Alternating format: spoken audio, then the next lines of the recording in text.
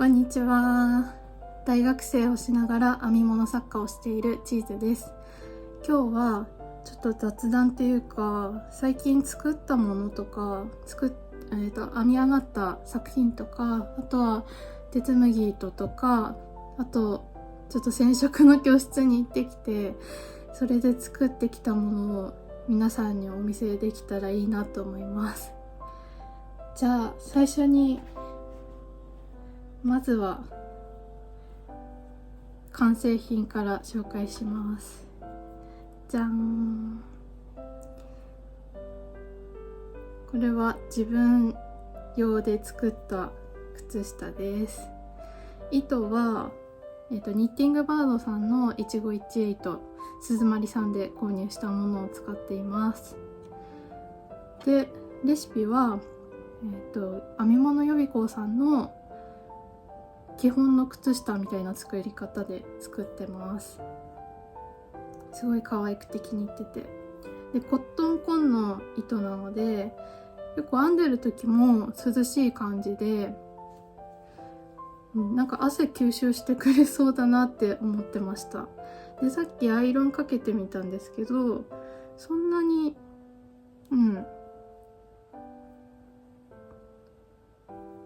変なとこもないですし、温度はだいたい中間の温度くらいでやったんですけど、コットン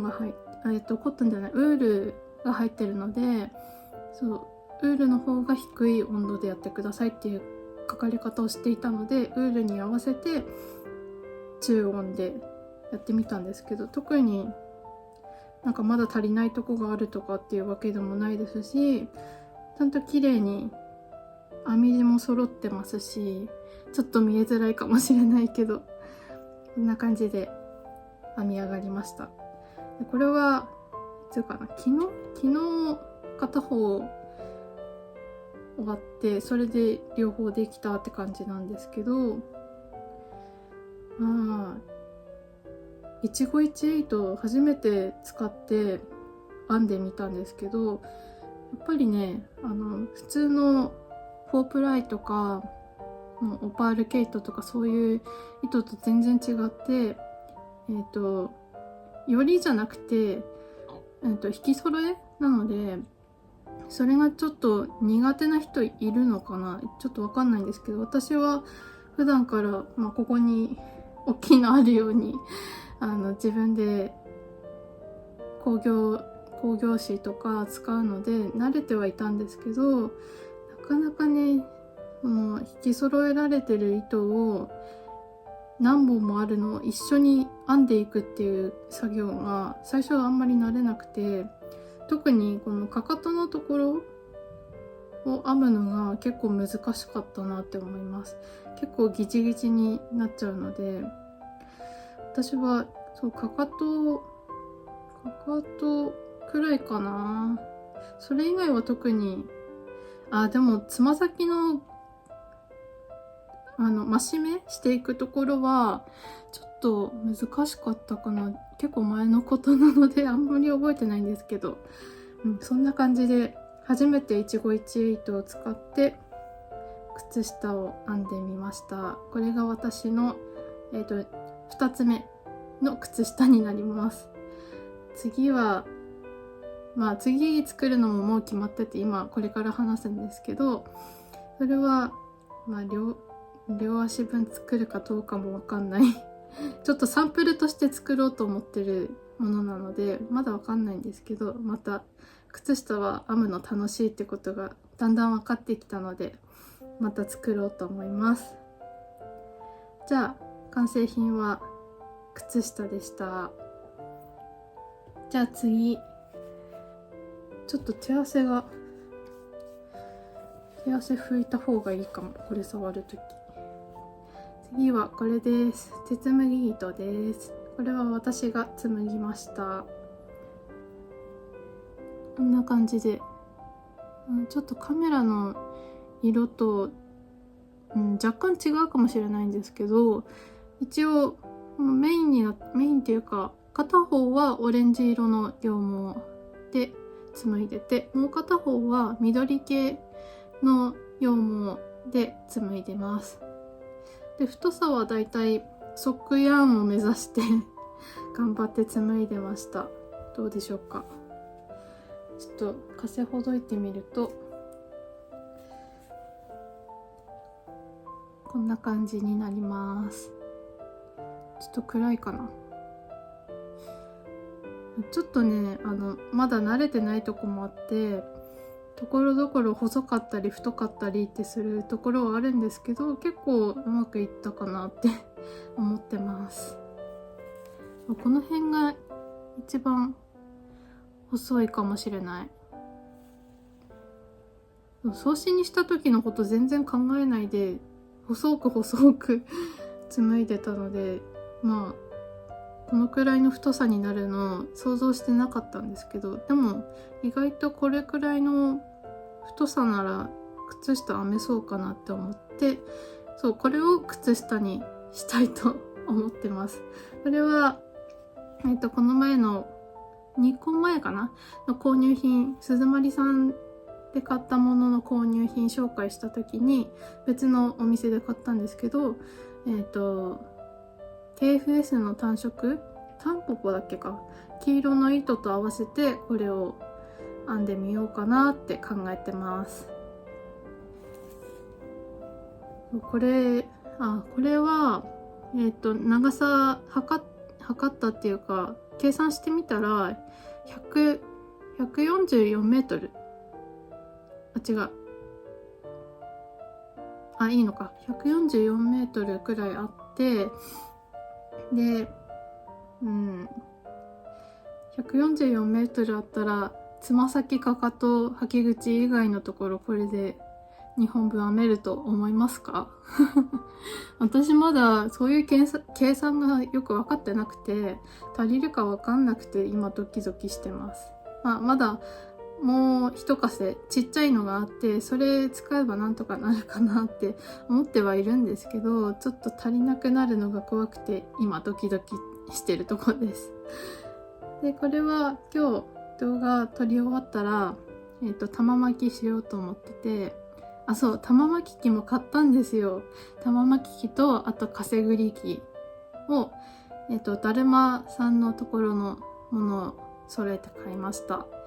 もうね玉巻き機とかせぐり機買ったら楽しくてもう結構家にかせの糸があってずっと使いたかったのにかせぐり機と玉巻き機がないからっていうことでなかなかね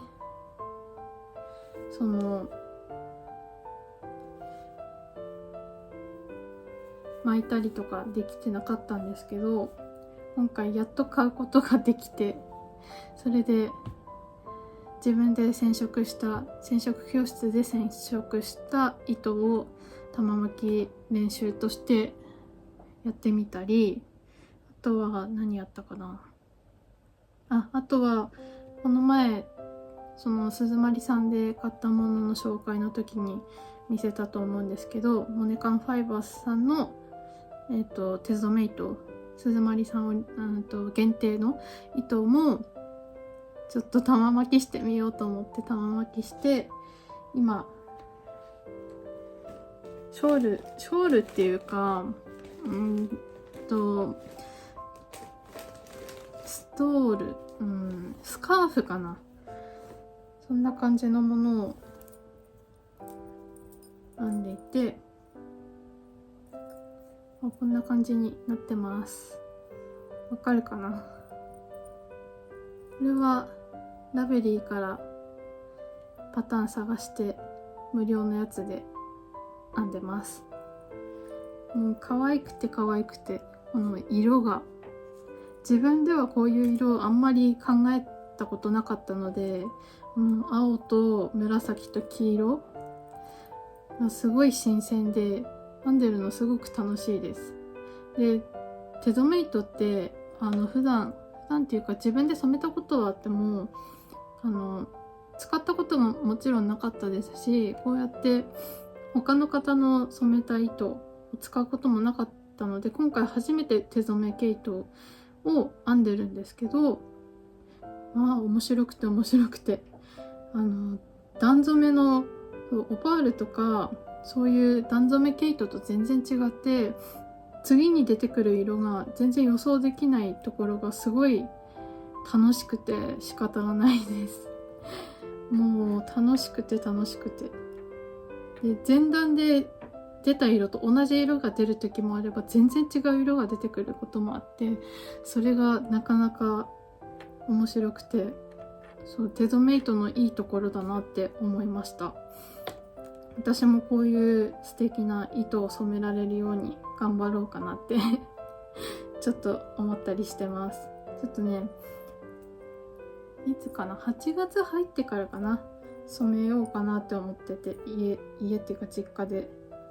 ちょっと場所を借りてしようかなと思ってて、それも販売したいし自分で使ってみたいしいろいろ考えているところです。じゃあ編みかけ、途中編みかけの紹介も挟みましたが、編みかけの紹介と、それから鉄麦糸、これも2個目なんですけど、2個目の鉄麦糸の紹介でした。じゃあ最後すごいんですよ。ちょっと画面に収まるかわかんないんですけど、はい、収まんないかもこれで収まるかな。じゃーん、入んないかもそう藍染めの体験教室に行ってきました。これは絞り染めって言ったらいいのかなっていう技法で、これは小風呂敷って言ってましたね、先生が。いつも染色習ってる先生、染色と紬習ってる先生のところで藍染めの体験教室やるってことで参加してきました。もうね、面白くてもう最近やったこと楽しくて、楽しいことばっかりしてるんですけど、まあこれはどうやってこの模様を出すかっていうと、この模様ついてるところ、この真ん中のところをつまんで、紐でくるくる巻いて、でそのまま藍染めの液に浸してっていう感じでやったんですけど、すごい思ってた通りの模様になってて、すごい嬉しいです。でちょっと今部屋が暗くて分かりづらいと思うんですけど、明るいところで見るとすごい綺麗な藍色で、もう見るのが楽しいですで藍染めの体験自体、まあやり方とか、そのどういう工程、なんて言ったらいいんだろう、まあそのやり方全般は知ってはいたんですけど、まあ大きい鍋に染液が入ってて、そこにこういう布を浸して、で時間が経ったら出して空気に触れさせて、確か酸化させるっていう工程だと思うんですけど、そうすることで、まあ最初鍋から出した時は黄色っぽい黄緑色みたいな感じの色してるんですけど、それを絞ったところはそのままで布を広げて空気に触れさせることで、だんだん色が変化してきて、濃い青色、調べたんですけどジャパニーズブルーっていうらしいですね。すごい綺麗な色で、でもこれは日本の藍じゃなくてインド藍って言ってましたね、先生。なのでちょっと違うと思うんですけど、綺麗な青色になってて、すごいだんだん青に変わっていくっていうの変化を見るだけでもすごい私は楽しいなと思って、で体験に行ってきましたでそうだな、家に帰ってきてから、お酢酸っぱい酢が入ってる水にちょっと浸しておいて、で脱水かけて絞って、違う洗って絞って脱水して、で干してっていうのをしたんですけど、なんか酢が入ってるお水に入れることで色止めになるそうです。だからね、これはあんまり匂いしないんですけど、先生の藍染めの製品とかちょっと鼻近づけてみると、ちょっと酸っぱい香りがしたりとかもするものがあって、それはそういうことだったんだなっていうのが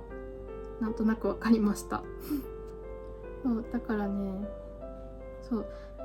これアイロンがけ、ちょっと甘いですけどアイロンがけしたんですけど、アイロンがけをすることによって熱で色染めの効果にもなるって先生が喋ってて、そういうのもあるんだって初めて知って、それもすごい勉強になりました。で、そうだな、この絞り方もいろいろあって、私は今回ビニール紐を使ってつまんだところに紐をくるくる巻いて、それで染めたって感じなんですけど、他の方だと割り箸とか、あとはこういう洗濯バサミとか、あとビー玉を使ってる人もいましたし、あと私はその広げた状態でつまんで、そこ止めて染めたんですけど、他の方だと畳んで、この小風呂敷を畳んだ状態で、その畳んでる中に割り箸入れてみたりとか、あとは周りを割り箸で囲ってみたりとかして模様を作ったりとか、いろいろその模様の出し方もたくさんあって、誰一人として同じ模様の人がいないでしょって先生が言ってて、確かにって思って、やっぱりね、人と違うものが欲しいっていうか、身につけていたいっていうか、そういうのが私の中にはあって、先生もそういう人なんですけど、だからもう体験するだけで楽しいのに、自分しか持ってない模様のものを手に入れることができるっていうのがもう最高でした。もう楽しくてで、なんか夏、今その先生が藍の葉っぱを育ててくれてるんですけど、育ったら今度夏になったら生葉染め、葉っぱでその葉っぱを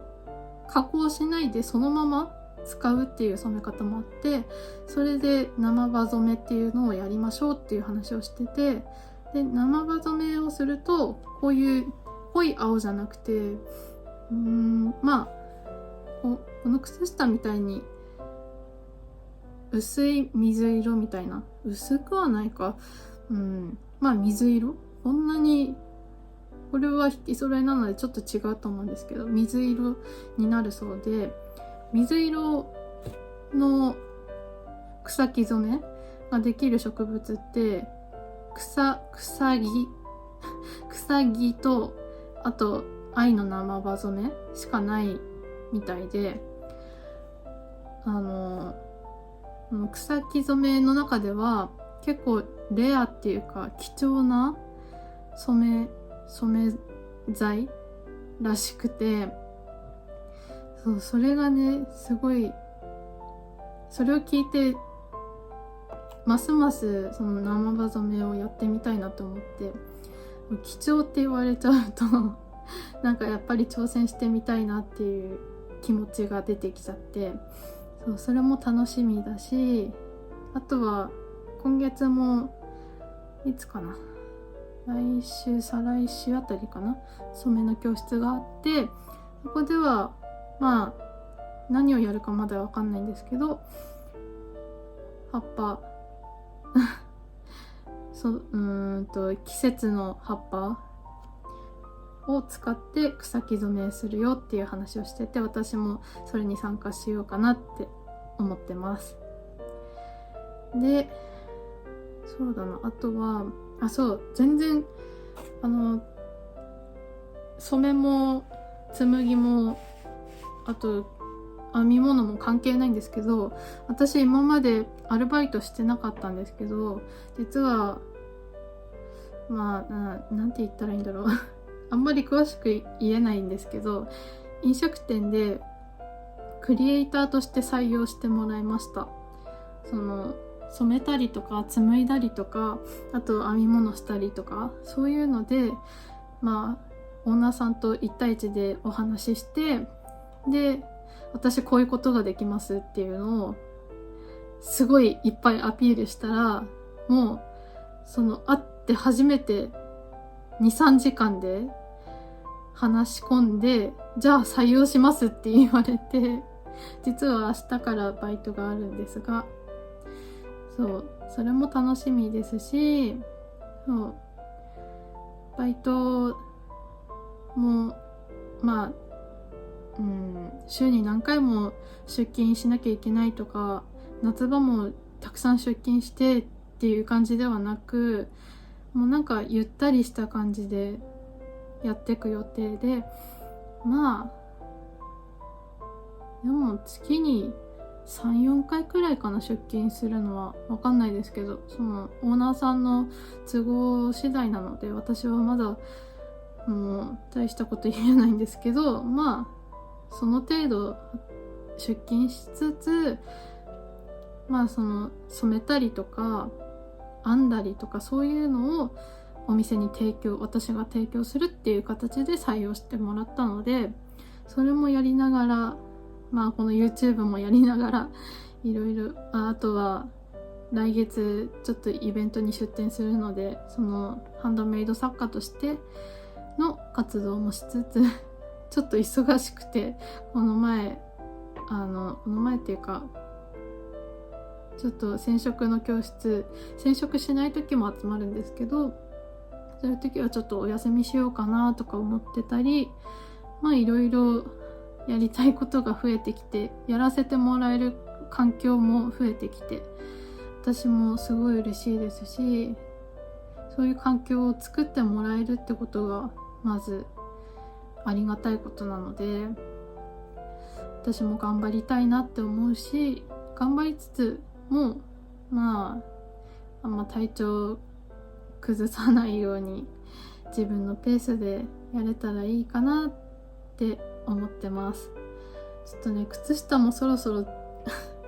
暑くなってくるので、鉄麦とウール 100% なので、これで今から靴下作るのどうなんだろうとか思ったりはしてるんですけど、イベントに出る時にこれ持ってきたいので、作ったものをね、だから頑張りたいなって思ってますし、染めも8月また自分で自主開催っていうか、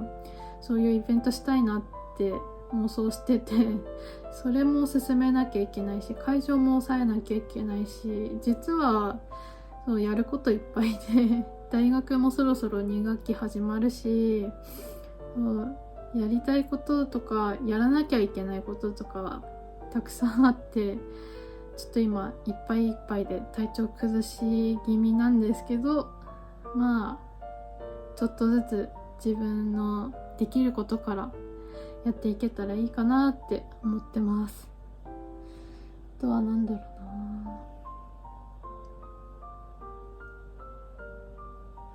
うな、そんな感じで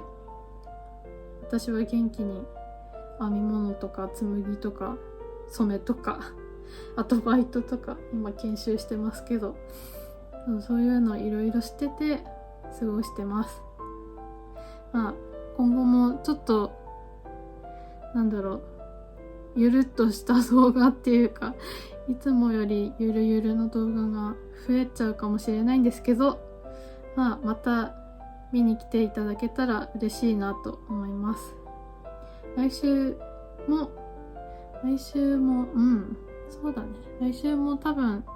そのバイトの話とか面白かったらしようかなと思ってるので、来週も動画投稿できるように頑張ろうと思います。じゃあ来週は多分これで編み始めた靴下を紹介できるかなと思います。ちょっと楽しみですそうだね。まあ今ここにこれ1個3キロなんですけど、3キロの毛糸3玉でいいのかな、これ3コーンか用意して、あともう1個別のピンク色のコーン用意して、その7月のイベントに出す用の大物作ったりとか、見せたいけど見せられない作品も結構たくさん作ってて、今日はそう靴下しか見せられなかったんですけど、実はもっとたくさん作ってて、そう見せられないだけっていうのもいっぱいあります。そうだね。まあそんな感じで今日はこの辺で終わろうと思います。